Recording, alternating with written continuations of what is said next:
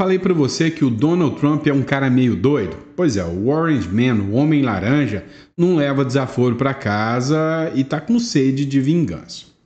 Essa historinha de papo de golpe de Estado, uma hora ia voltar. Eu já disse para vocês, uma hora o chicote muda de mão.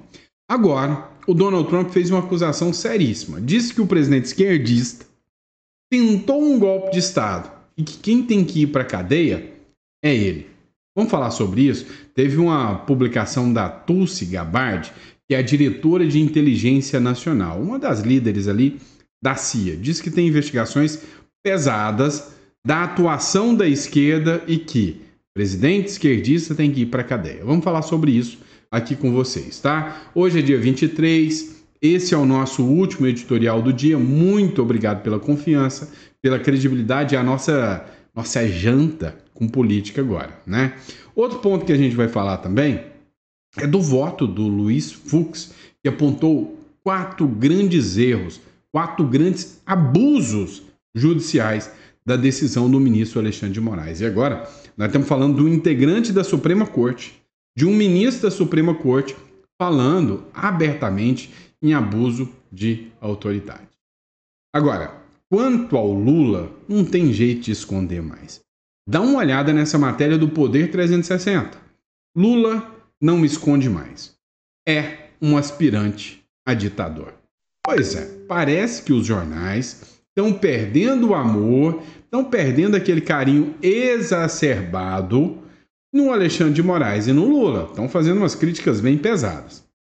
No Metrópolis, o Magno Malta diz que o Lula já está colocando o seu plano de se perpetuar como um ditador e que ele não quer mais eleições. A gente vai discutir isso aqui com vocês. E aí tem a questão do Flávio Bolsonaro também, que recebeu muitas críticas por não estar no Brasil, enquanto o pai estava sendo alvo do ministro do Supremo Alexandre de Moraes. Pois é, depois de muita pressão, de muitas críticas, ele resolve mudar a rota e nós vamos falar um pouquinho sobre essa medida que envolve, inclusive, impeachment do ministro do Supremo Alexandre de Moraes. Vamos falar também, né, sobre uma publicação do Mário Sabino. Pois é, olha o título, você vai ver, assim, você verá, né, o nível da matéria. Trump põe o Brasil no seu lugar, o cãozinho que ladra sem morder. Pois é, o Mário Sabino aqui literalmente descascou os defensores do Lula sobre essa questão do tarifaço. E como o Donald Trump está em voga, está em todas as matérias, pois é, o Donald Trump acusou organizações internacionais de esquerdismo satânico, pois é, e disse que não quer participar mais de uma das organizações ligadas à educação, à Unesco, que é ligada à ONU. Vamos falar sobre isso, foi uma matéria publicada no The New York Post e a gente vai falar sobre isso. E ainda, notícia boa para vocês ou ruim para vocês, uma notícia para vocês sobre aviões da FAB. Pois é, algo sinistro aconteceu. Vamos entender sobre isso, tá? Então, não esquece, inscreva-se no canal, bora bater nossa meta, pessoal, chegar a 2 milhões de seguidores. Se você busca um canal com credibilidade, acabou de encontrar. Se você acha que a coisa no Brasil está muito maluca, é hora de você pensar em segunda alternativa, tá?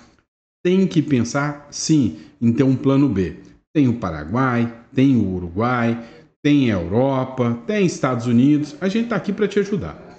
Eu recomendo altamente o Uruguai, perdão. Vocês vão entender por quê. É um país com uma solidez muito grande quanto à sua estrutura jurídica, ou seja, uma segurança jurídica muito grande. Tem também a possibilidade de você movimentar contas em dólar. Então, é um país que vale a pena a análise. Bom, vamos discutir sobre isso nesse editorial, tá bom? Vamos para cima. É o seguinte, quantas e quantas vezes eu falei para vocês, olha, gente, o chicote, uma hora, muda de lugar. Não falei isso para vocês? Falei. E vai mudar de lugar sempre.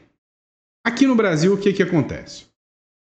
Organizam um discurso mequetrefe que não convence ninguém de que o Bolsonaro, a não ser que não tenha muito cérebro para usar, de que há um golpe de Estado perpetrado pelo Bolsonaro. Mas até a mídia já entendeu que esse discurso foi longe demais, não dá para levar isso a sério. Agora, eu já disse para vocês uma coisa, mais cedo ou mais tarde, o que acontece? Chicote muda de mão e mudou de mão lá nos Estados Unidos. Eu já falei para vocês que o Brasil é uma cópia mal feita dos Estados Unidos. Tudo quanto é meleca que acontece lá, vem para cá também. Vamos lembrar? Donald Trump se elege presidente da República. Aqui, né, o Trump dos trópicos, como ele é chamado, o Bolsonaro, se elege depois. Depois o Trump não consegue se reeleger e cai fora da eleição, né? O Biden ganha dele. Aqui o que acontece? Enfiam o Lula no lugar do Bolsonaro. Depois, perseguem o Donald Trump. Ainda assim, o cara vira presidente da República, depois de um apoio gigantesco, inclusive do Elon Musk. Aqui, o Trump dos trópicos, o Bolsonaro, não tem o apoio do Elon Musk. Tem o apoio do próprio Trump. Ah, detalhe, tem do Elon Musk também. Então, assim, hoje a gente vê como está Bolsonaro sendo perseguido, como se não houvesse amanhã. Amanhã, a gente não sabe se vai estar assim. Quem sabe o Bolsonaro consegue reverter tudo isso aí, não é? Agora, o que aconteceu? Lá teve o Capitólio, aqui o 8 de janeiro. Então é muito parecido. E aí, aqui no Brasil, né, o Bolsonaro é o perseguido da vez. Lá nos Estados Unidos, agora o Trump é o presidente, certo? E aí, o ex-presidente Barack Obama, esquerdista, agora é quem entra na mira do Donald Trump. Você não sabe o que ele está acusando ele? Calma que você vai ver. O governo Trump quer processar o Barack Obama por conspiração traiçoeira. Olha essa palavra, né? Conspiração traiçoeira. O chefe da inteligência, a chefe da inteligência, né, que é a Tulsi Gabbard, né, muito conhecida, ela disse que o ex-presidente norte-americano fabricou provas para afirmar que houve interferência russa nas eleições de 2016. Ou seja, falsificou documentos, teve apoio dos russos, que história é essa? E aí eu te disse que é tudo muito parecido, Estados Unidos e Brasil. Então, o que acontece? Hoje o Bolsonaro é o perseguido, aqui é atrasado, né? Aqui hoje o Bolsonaro é o perseguido. Amanhã, Bolsonaro ou outro de direita pode ser o presidente. E aí é o cara de esquerda, o ex-presidente, é que pode parar na cadeia. Veja isso. Trump diz que Obama cometeu traição e tentou golpe de Estado. Ora. O que acusaram do Trump?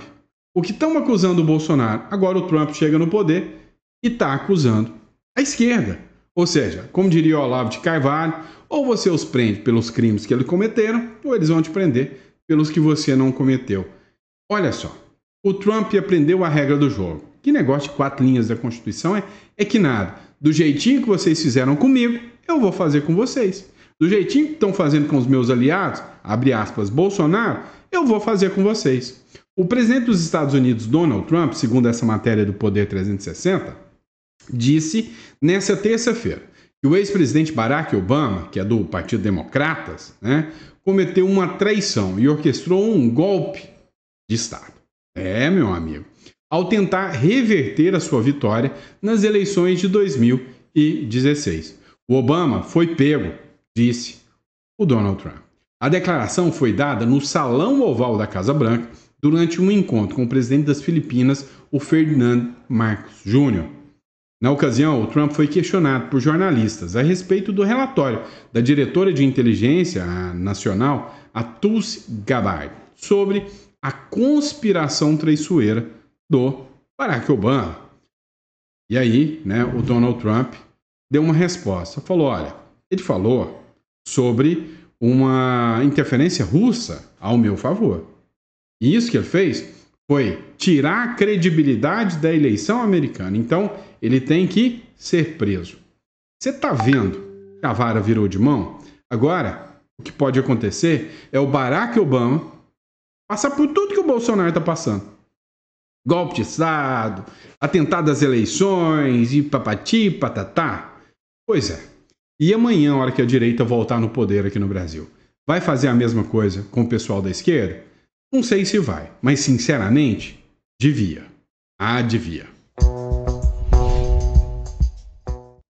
E aí, o que não vai faltar é provas e argumentos também. Você quer dar uma olhada nisso aqui? Dá uma olhada nessa matéria da Gazeta do Povo. E aqui não é um posicionamento de qualquer um, não é um Sandro do YouTube. É um ministro da Suprema Corte que fala abertamente em abuso de autoridade. O voto do Fux apontou 4 grandes erros de medidas do STF contra a liberdade de Bolsonaro. E aí, o judiciário não erra, ele atenta, ele abusa de autoridade. Né? Quem comete é você, quem comete sou eu, o judiciário não. Fux foi o único a divergir dos demais, né, da primeira turma. No julgamento que impôs as restrições ao Bolsonaro, o Fux foi o único ministro da primeira turma a discordar do Alexandre de Moraes. E aí os especialistas apontaram que o seu voto foi técnico e revelou 4 graves erros nas medidas contra o ex-presidente, inclusive possíveis abusos judiciais. Olha isso. Ações de Eduardo não são crime. A gente está falando isso há quanto tempo para vocês? Essa é a primeira. Segundo o ministro Fux, os atos atribuídos ao Eduardo Bolsonaro, como pressionar por sanções dos Estados Unidos ao Brasil, não configuram crime no Código Penal, mesmo que politicamente seja reprovável. É feio você estar no outro país pedindo sanções para o Brasil, segundo Fux. Mas mesmo assim, esses atos deveriam ser tratados na esfera política e diplomática. Na judicial, não. O Alexandre de Moraes, na visão do Fux, está perseguindo o Eduardo Bolsonaro e estamos diante de um abuso de autoridade, né? Olha só, outro ponto. Crítica à antecipação da punição. Fux aponta que não há nenhuma prova concreta de qualquer crime e os especialistas dizem que o voto põe a lógica de punir antes do devido processo legal. Para eles, os demais ministros estariam misturando julgamento jurídico com julgamento político em tudo que envolve o Bolsonaro. O número 2. O STF não deve se guiar por pressões externas. O voto do STF tem que ser voto jurídico e não político. O voto do Fux, ele disse o seguinte: as decisões da Suprema Corte não podem ser moldadas pela política internacional. Uma decisão que o Trump toma lá, eu venho aqui e persigo o cara aqui, vou perseguir o cara aqui. Está errado. Ele critica a ideia de que pressões de governos estrangeiros, como do Donald Trump, possa influenciar qualquer tipo de julgamento aqui no Brasil. Então, ele diz que tem que ter independência judicial e isso é o princípio da separação dos poderes. Deu aula, né? Deu aula. 3. Medidas eram desnecessárias. Totalmente, né? Cá entre nós. Para o ministro Luiz Fux, o Bolsonaro já tinha o passaporte retido, já tinha residência conhecida, o que afasta qualquer tipo de risco de fuga, ou seja, a lei penal foi descumprida. Não havia qualquer justificativa para uma nova medida. E o ministro critica o uso da cautelar como ferramenta política e não como órgão de proteção judicial legítima, ou seja, está atuando de forma política e legítima. E aí ele questiona sobre censura e, inclusive, abuso de poder por parte do ministro Alexandre de Moraes. O voto também contesta o uso das medidas como teste de reação popular, não como ato jurídico. Ele também diz que isso representa um erro gigantesco, um desvio grave do Estado de Direito, o que pode configurar censura e perseguição, abuso de poder. Ainda, crítica de que as restrições violam princípios como o da proporcionalidade. O item número 4. A defesa da liberdade de expressão. O Fux considera que é totalmente inaceitável impedir o Bolsonaro de entrevista, usar a rede social, qualquer coisa nesse sentido. Para ele, isso fere, inclusive, cláusulas pétreas da Constituição. Está lá, no artigo 60, parágrafo 4º, qualquer estudante de direito sabe disso. Para nós que somos representantes do direito, para nós que somos advogados, que somos defensores da justiça, ora bolas. Isso é um absurdo. A decisão, segundo os analistas que avaliaram o caso, representa um alerta contra a censura prévia imposta pelo judiciário, segundo o ministro Luiz Fux. Agora, cá entre nós, amanhã ou depois, o Fux permanece na Suprema Corte, entra um novo presidente de direita, nomeia novos ministros. E aí, sabe de uma coisa? O jogo começa tudinho de novo. Contra quem? Contra os esquerdistas. Isso é justiça? Agora, a máscara do Lula caiu e já não tem mais como falar nada. Já era. Dá uma olhada nessa matéria do Poder 360. O Lula não esconde mais nada. É um aspirante a ditador. É um jornal bem conhecido, né? Falando sobre isso. O presidente brasileiro disse que a eleição a cada 4 ou 5 anos não basta mais não para ser uma democracia. E assume uma atitude populista, usando a linguagem da democracia para desmontar a própria democracia por dentro. No dia 21 de julho de 2025, o Lula subiu em um palanque durante um encontro de países latino-americanos comandado pela esquerda e disse que não precisa mais de eleição, que só as eleições de 4 em 4 anos não servem mais. Já acabou qualquer possibilidade de democracia. Quem foi um crítico ferrenho foi o Magno Malta. O jornal Metrópolis fez uma publicação com críticas pesadas, ferrenhas, em relação à atitude do Lula, da fala absurda dele. Dá uma olhada. Vocês já perceberam isso? Veja essa última do cachaceiro, do insano. Veja essa última dele dizendo, olha, já não dá mais certo esse negócio de eleição de 2 anos, de 5 em 5 anos, que isso não está resolvendo, né? É para a democracia, sabe? Eu acho que é preciso ter um alinhamento nacional, mundial. Mundial é anticristo. E nós já estamos na sala do anticristo. Tem que ter uma regra nacional, mundial para ser cumprida e tal. Eu acho que... Então, gente, possivelmente, por dedução, ele está dizendo que nós não teremos eleição em 26 e que ele vai se perpetuar como um ditador. É isso que acontece nos países totalitários. É isso que acontece na Nicarágua, é isso que acontece na Venezuela, em Cuba, na China, onde o partido é forte. Então você já... Veja que ele já começa com críticas, né? Chamando o Lula de cachaceiro e insano. É o nível, né, do tratamento que é dado ao Lula. Abre aspas, nós já estamos na antessala do anticristo, possivelmente por dedução.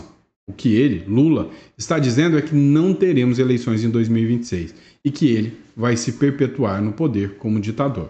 É isso que acontece nos países totalitários, na Nicarágua, na Venezuela, em Cuba e na China. Pois é. E aí, você acha que o Magno Malta está delirando? Ou você concorda que a hipótese de isso acontecer, ainda mais que você acabou de ver a matéria do Poder 360, é perigosa? Coloca no comentário, quero saber a sua opinião.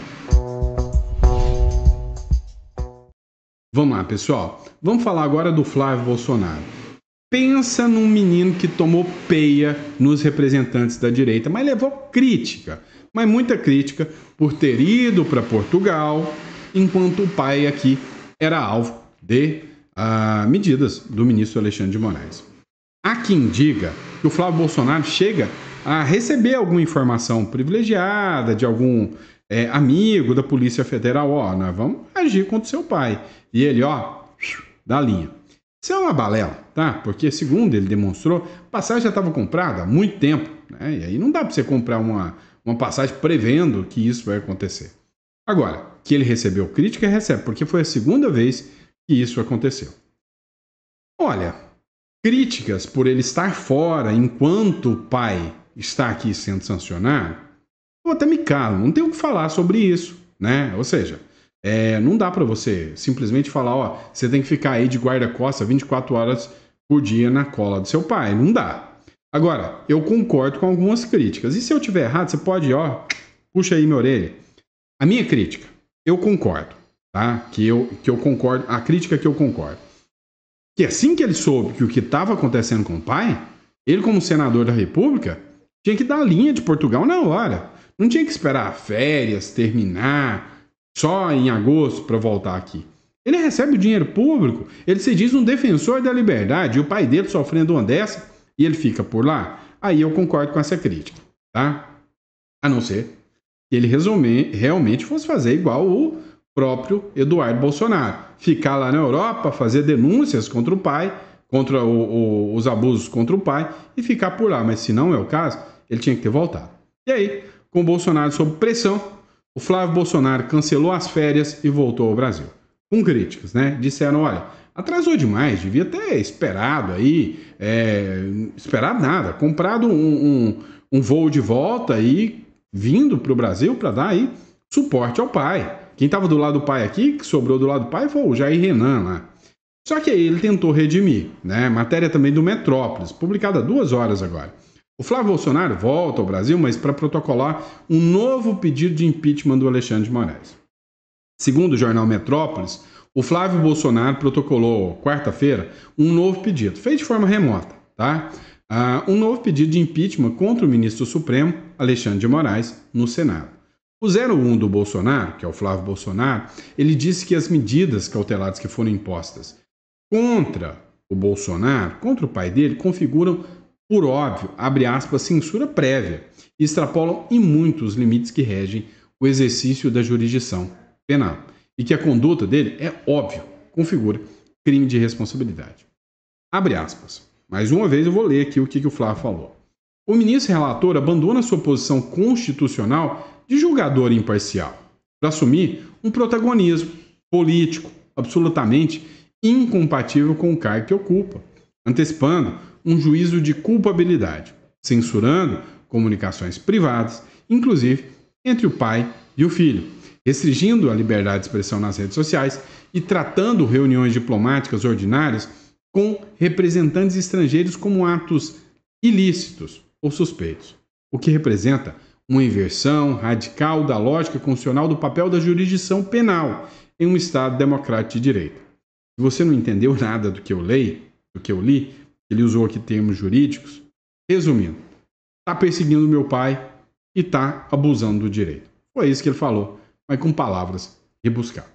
E na sua visão, Flávio Bolsonaro está certo, deveria ficar por lá, deveria esperar as férias acabar, deveria voltar e dar apoio ao pai, está certo no pedido de impeachment ou está errado?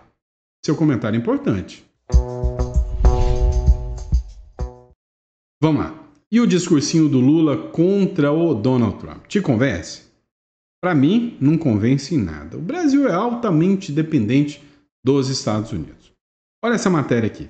Apesar do discurso de Lula, o Brasil usa o dólar em 95% de todas as suas exportações. Ou seja, antes mesmo de escalada dessa guerra, né, comercial entre Brasil e Estados Unidos, o Trump já estava pistola com o Lula, porque o Lula vinha defendido diminuir a dependência do dólar, diminuir o uso do dólar, começar uma moeda ali do BRICS. Esse era o discurso do Lula.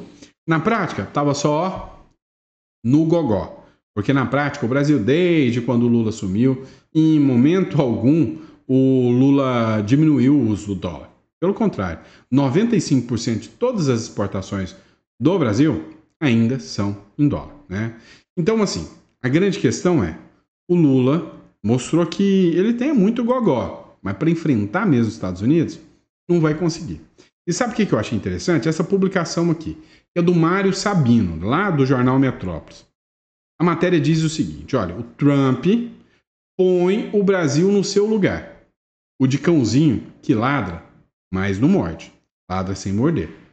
Ele diz o seguinte, é preciso admitir que até o presente momento, até agora, as nossas previsões foram catastróficas sobre o protecionismo do Donald Trump, né?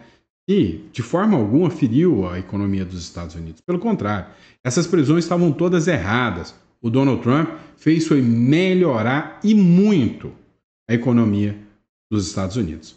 Pode falar o que for, mas eu já tinha dito, o Trump estava seguindo o mecanismo Milley.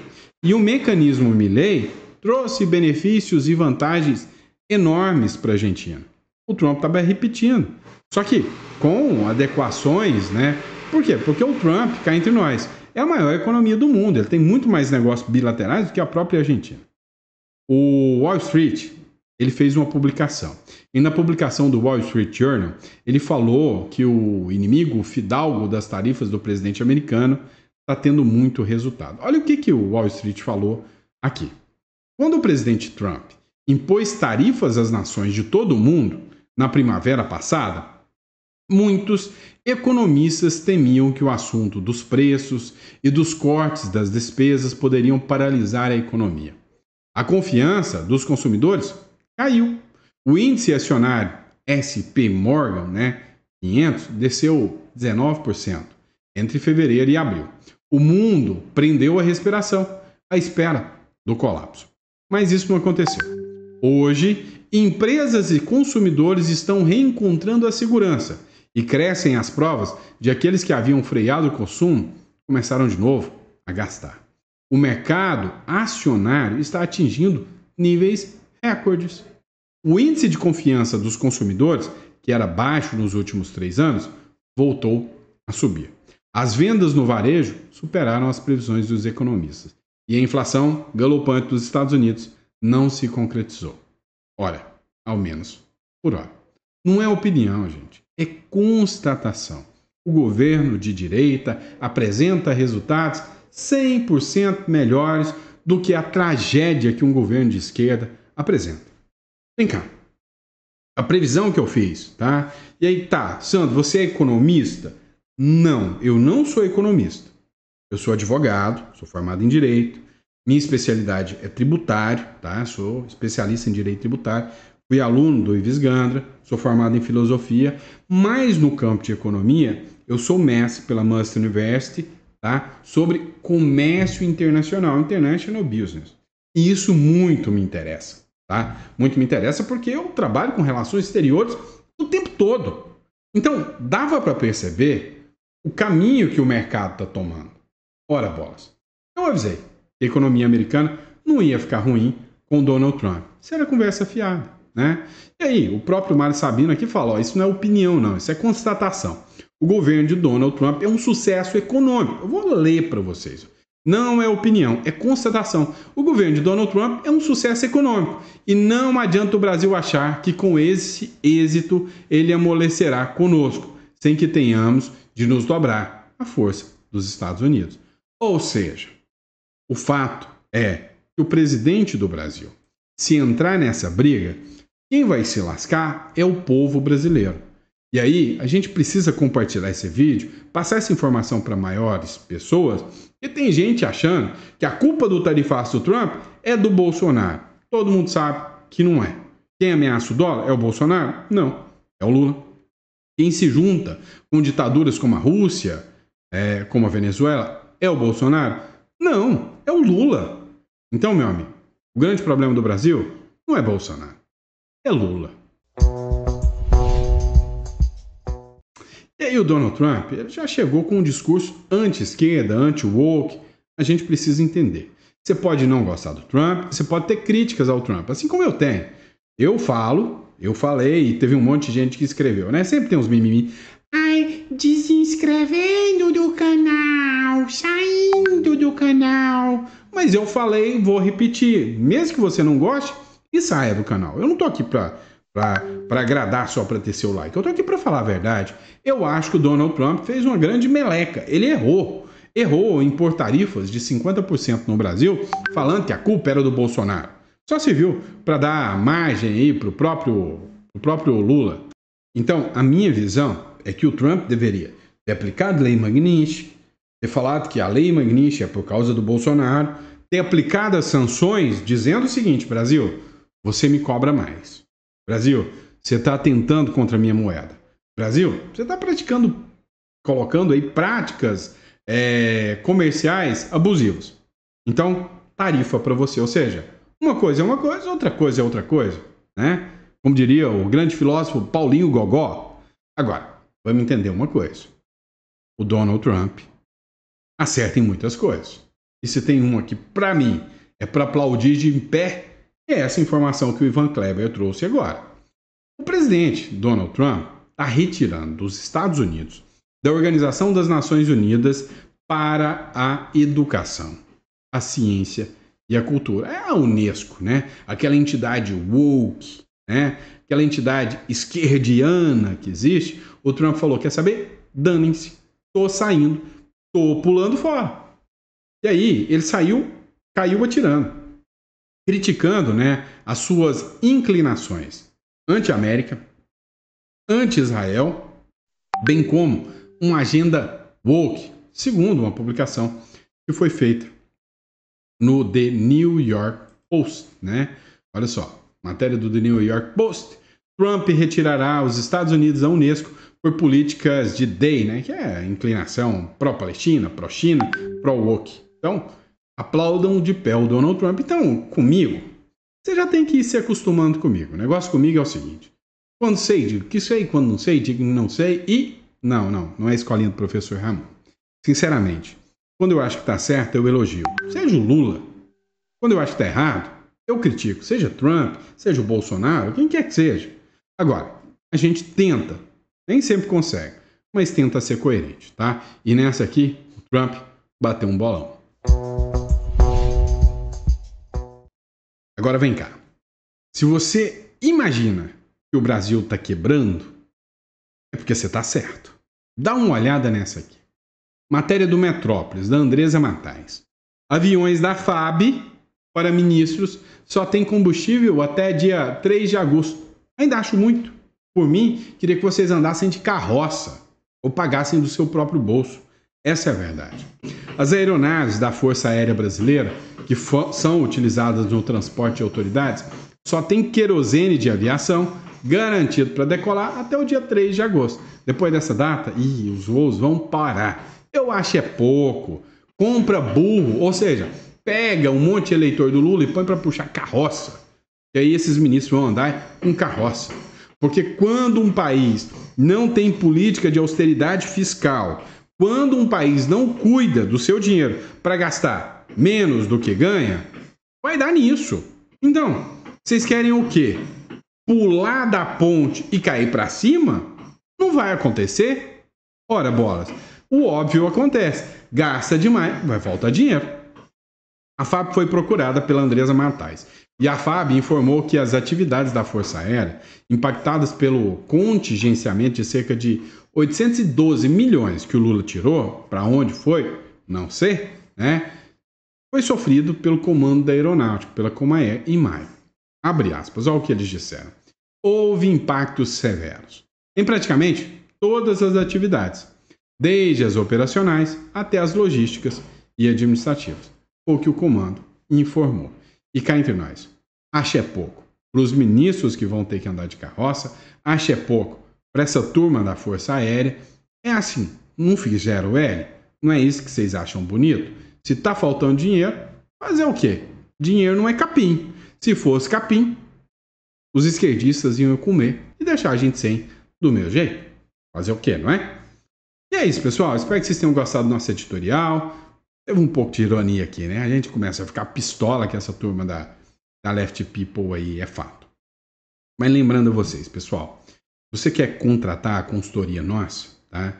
Você quer um empresário, registro de marcas e patentes. É um assunto interessante. Você já parou para pensar? Você tá aí. De repente, vem o cara e monta a empresa do lado da sua com a sua marca. Você não registrou a sua marca, vai perder. Então, existe marca e patente, uma hold, uma offshore. Você não confia mais na estrutura brasileira como ela está. Entre em contato conosco. Aqui, ó, na descrição aqui tem um link. Tenho certeza que você vai gostar. Você vai contratar a nossa equipe aqui que está amplamente preparada para te atender. Tá bom? Grande abraço. Fica com Deus. E eu vejo vocês no próximo editorial amanhã de manhã.